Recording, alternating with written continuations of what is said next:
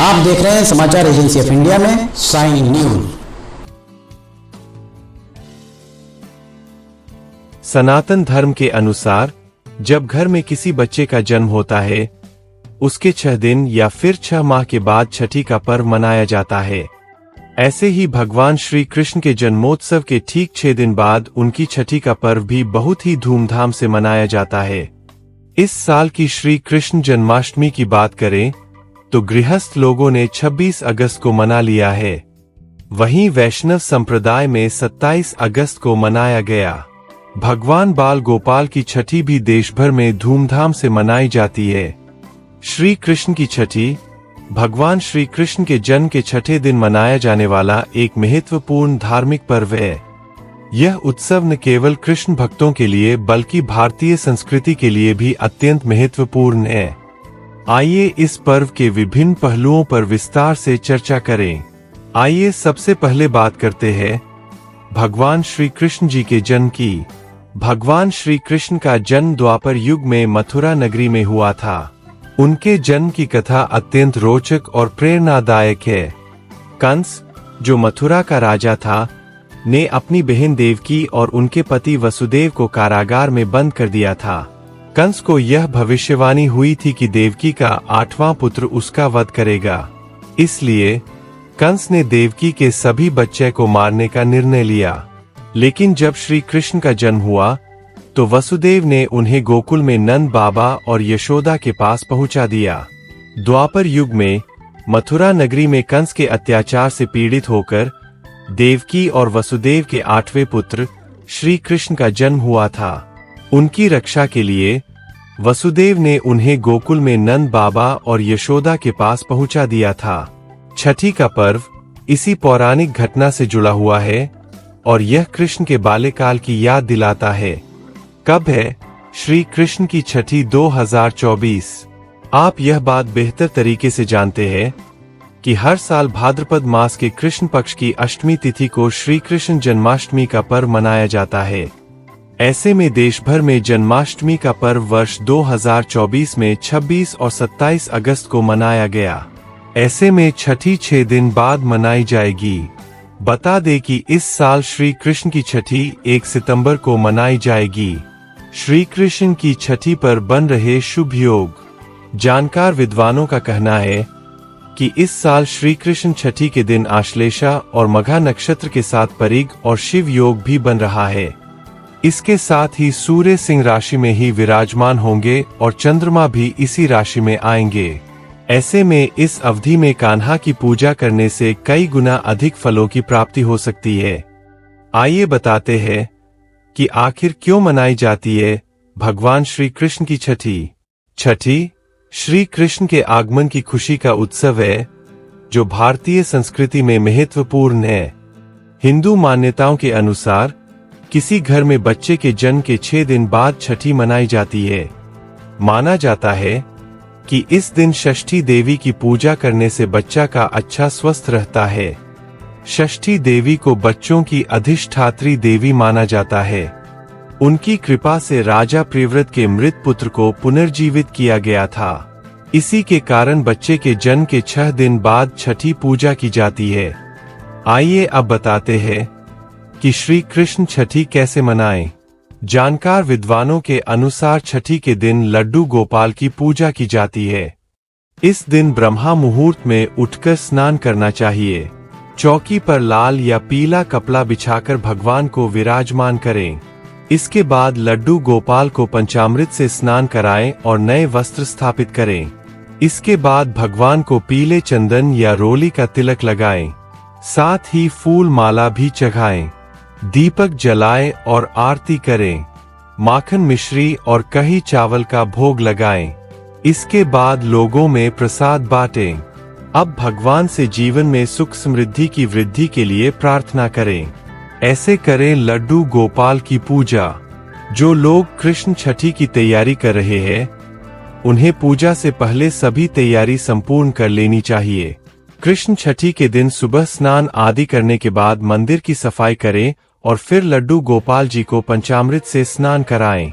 इसके बाद दक्षिणावर्ती शंख में गंगाजल भरकर लड्डू गोपाल का अभिषेक करें। फिर लड्डू गोपाल को पीतांबरी यानी पीले रंग के वस्त्र पहनाएं और चंदन का टीका लगाएं। इसके बाद उन्हें माखन मिश्री का भोग लगाएं और प्रार्थना करें कि हमेशा आपके घर पर भगवान कृष्ण की कृपा बनी रहे। जानिए कैसे करें कान्हा की पूजा। छठी के दिन सुबह स्नान आदि करने के साथ साफ सुथरे वस्त्र धारण कर लें। इसके बाद कान्हा को पंचामृत, दूध, दही, घी, शहद, गंगाजल से स्नान कराएं। इसके बाद दक्षिणावर्ती शंख में गंगाजल भरकर अभिषेक करें। इसके बाद साफ वस्त्र से पोंछकर पीले रंग के वस्त्र पहनाएं। इसके साथ ही मुकुट, आभूषण भी पहनाएं।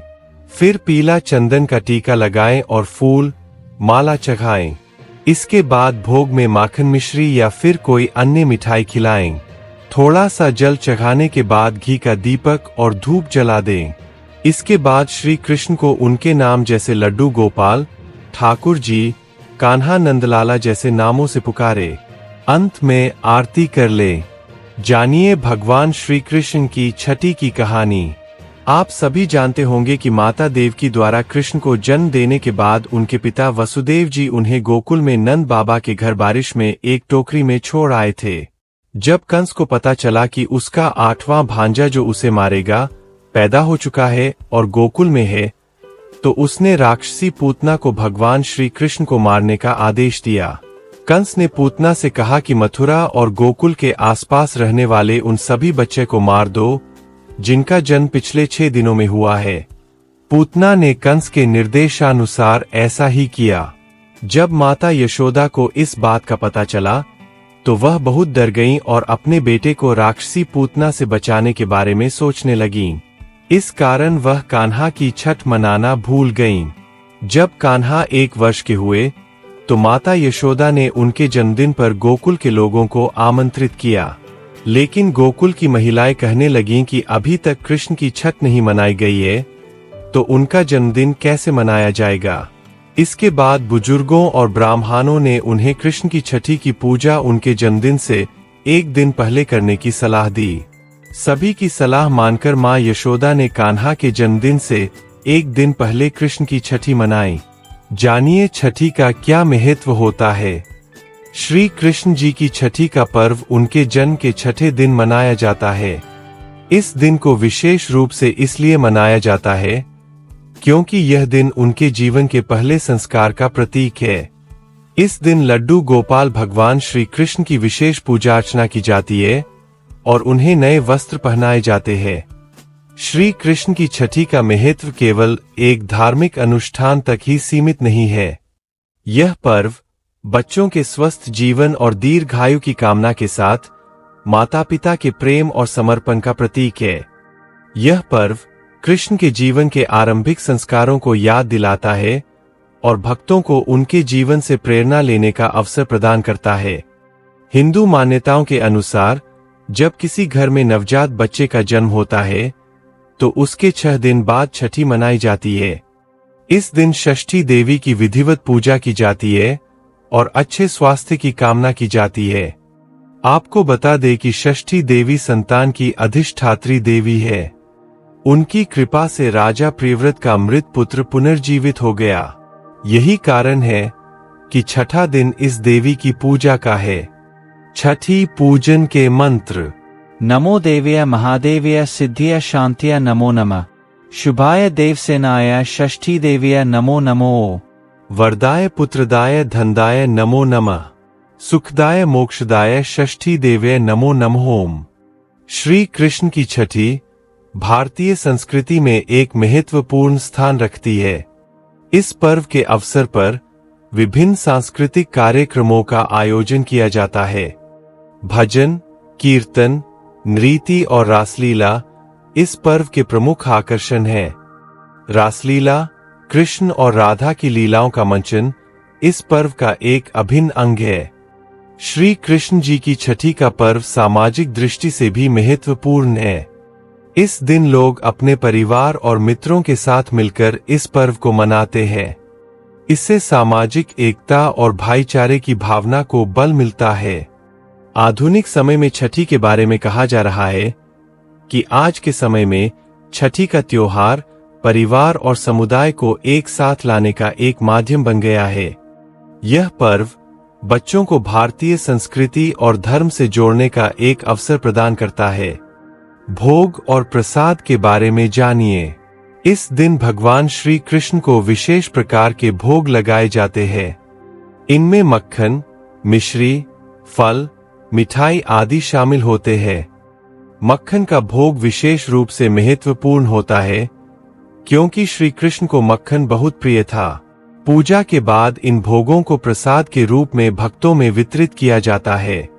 सांस्कृतिक कार्यक्रम भी होते हैं। श्री कृष्ण जी की छठी के अवसर पर विभिन्न सांस्कृतिक कार्यक्रमों का आयोजन भी किया जाता है। इनमें भजन, कीर्तन, नृत्य और नाटक शामिल होते हैं। विशेष रूप से रासलीला का आयोजन किया जाता है, जिसमें श्री कृष्ण और राधा की लीलाओं का मंचन किया जाता है। श्री कृष्ण जी की छठी का पर्व धार्मिक, सांस्कृतिक और सामाजिक दृष्टि से अत्यंत महत्वपूर्ण है। यह पर्व हमें भगवान श्री कृष्ण के जीवन और उनके उपदेशों की याद दिलाता है। इस दिन की पूजा अर्चना और सांस्कृतिक कार्यक्रमों के माध्यम से हम भगवान श्री कृष्ण की कृपा प्राप्त कर सकते हैं और अपने जीवन को सुखमय बना सकते हैं। अगर आप भगवान श्री कृष्ण की आराधना करते हैं और अगर आप भगवान श्री कृष्ण के भक्त हैं, तो कमेंट बॉक्स में जय श्री कृष्ण लिखना न भूलिए। यहाँ बताए गए उपाय, लाभ, सलाह और कथन आदि सिर्फ मान्यता और जानकारियों पर आधारित है। यहाँ यह बताना जरूरी है कि किसी भी मान्यता या जानकारी की समाचार एजेंसी ऑफ इंडिया के द्वारा पुष्टि नहीं की जाती है। यहाँ दी गई जानकारी में निहित जानकारी विभिन्न माध्यमों, ज्योतिषियों, पंचांग, प्रवचनों, मान्यताओं, धर्म ग्रंथों, दंतकथाओं, किंवदंतियों आदि से संग्रहित की गई है। आपसे अनुरोध है कि इस वीडियो या आलेख को अंतिम सत्य अथवा दावा न माने एवं अपने विवेक का उपयोग करें। समाचार एजेंसी ऑफ इंडिया पूरी तरह से अंधविश्वास के खिलाफ है। किसी भी जानकारी या मान्यता को अमल में लाने से पहले संबंधित विशेषज्ञ से सलाह लें।